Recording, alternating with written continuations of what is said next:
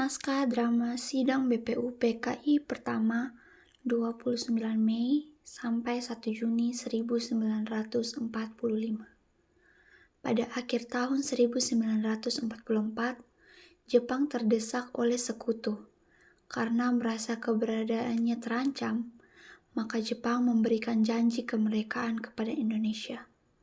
Sebagai tindak lanjut janji tersebut, maka dibentuklah BPU PKI Dokuritsu Jumbi Kosokai pada tanggal 1 Maret 1945 oleh Letnan Jenderal Kumachi Harada yang bertujuan untuk mempelajari dan menyelidiki hal-hal penting yang berkaitan tentang pembentukan negara Indonesia Merdeka.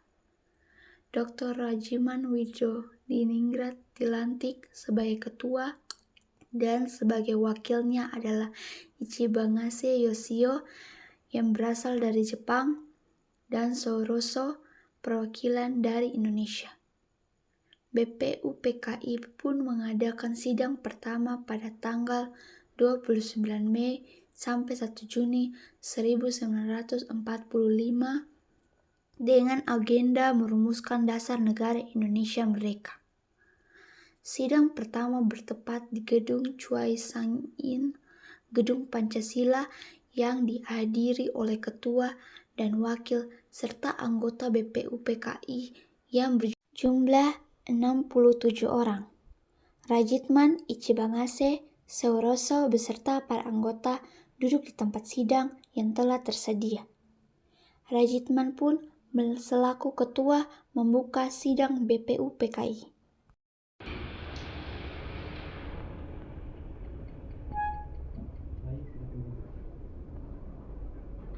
Assalamualaikum warahmatullahi wabarakatuh. Saudara-saudara sekalian, terima kasih karena sudah hadir di tempat ini. Pertama, saya selaku ketua akan memimpin dalam sidang ini. Di samping saya ada seorang wakil dari Jepang dan tentu saja seorang lagi wakil dari Indonesia. Saudara-saudara sekalian, kita berkumpul di gedung ini dalam rangka merumuskan sebuah landasan untuk mengukuhkan negara yang akan kita bangun bersama. Untuk itu, mari kita buka sidang pertama ini dengan agenda pembahasan rumusan dasar negara. Selanjutnya, silakan saudara sekalian yang ingin menyumbangkan ide dan gagasannya dalam perumusan dasar negara ini. Saya harap saudara-saudara sekalian ikut berpartisipasi menyampaikan gagasan untuk membangun negara ini. Saudara-saudara sekalian, saya ucapkan terima kasih telah memberikan kesempatan untuk menyampaikan pidato singkat ini. Saya ingin menyampaikan gagasan saya tentang dasar negara. Adapun rumusan dasar negara yang saya usulkan yaitu yang pertama, peri kebangsaan, yang kedua, peri kemanusiaan, yang ketiga, peri ketuhanan, yang keempat, peri kerakyatan, dan kelima, kesejahteraan rakyat. Mengapa saya mengatakan seperti ini? Itu karena fondasi dan dasar negara adalah bangsa, di mana bangsa kita ini peduli kepada sesama yang mencerminkan sikap kemanusiaan. Sikap bangsa kita pula yang memegang teguh toleransi dalam beragama, yang hal ini merupakan pencerminan dalam peri ketuhanan, dan juga rakyat kita ini merupakan rakyat yang suka kebersamaan, sehingga hal ini dapat mewujudkan kesejahteraan rakyat. Itulah usulan dari saya, mohon dipertimbangkan. Terima kasih. Selanjutnya, silakan kepada anggota yang lain untuk menyampaikan gagasannya.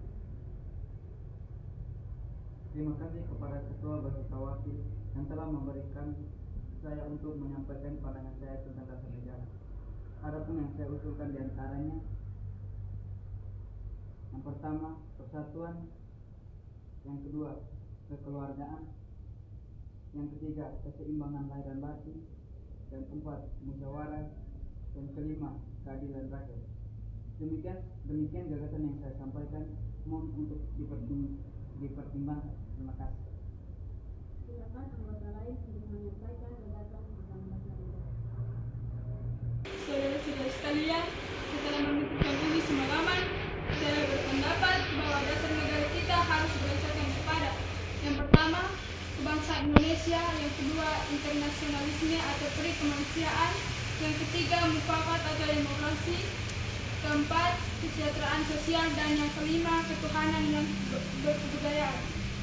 Saudara-saudara, dasar-dasar negara telah saya usulkan. Usulannya ada 5. Saya memberi usul untuk memberi nama 5 dasar negara tersebut adalah Pancadharma.